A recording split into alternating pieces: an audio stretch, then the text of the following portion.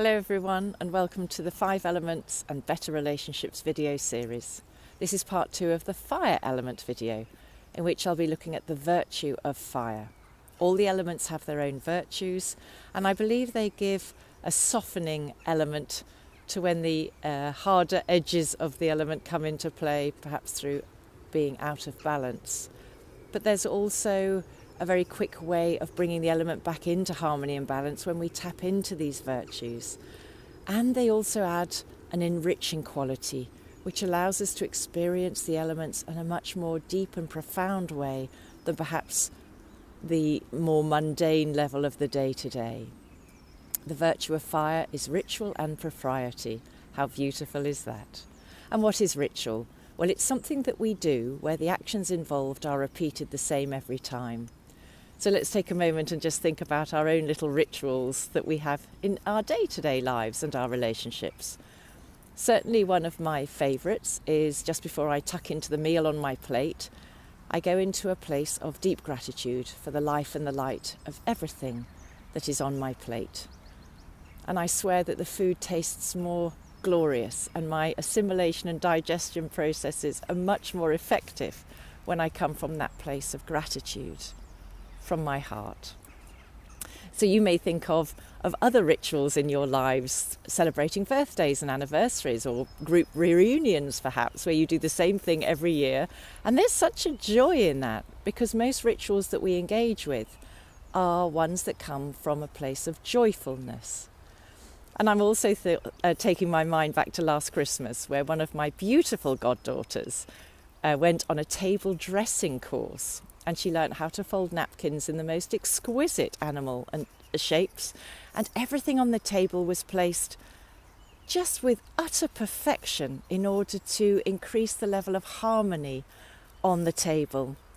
And it was not just a feast for the eye, it was certainly a feast for the tummy, but it was a feast for the soul, because I could sense how much time, attention and intention and focus had gone in to that table laying. So a great shout out for Grace, Amber, Mark and Anne-Marie Rehorn for their beautiful sense of ritual and elegance and joy that it brings. Now let's look at propriety. Propriety is something that we behave in a way that is in accordance with agreed sets of principles, frameworks or values, and that will mean very many different things to very many different people. There's probably 8 billion versions of what is appropriate for each of us. But let's remember that ritual and propriety are the virtues of the fire element, and the fire element is all about the heart and love. So when the fire is in balance, we come from a place of love, and we let that inform our behaviours. So how does that work with our relationships?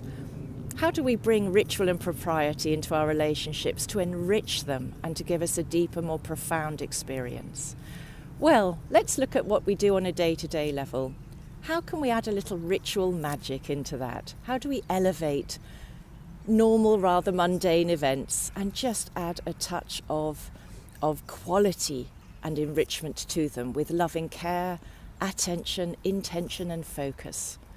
And let us always be guided in our response to others. And when we interact with ourselves and everyone, let's come from a place of balanced fire, a place of love, fundamentally.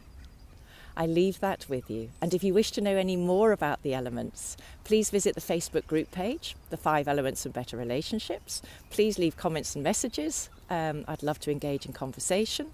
There's a lot more information on my website about how the 5 elements help to improve our relationships, and that is clairetaylorpowell.co.uk/5 element profiling. And I am holding a 2-day immersion into the 5 elements at the Abbey, Sutton Courtenay, near Abingdon in Oxfordshire, on the 1st and 2nd of April of this year. Just 3 weeks to go.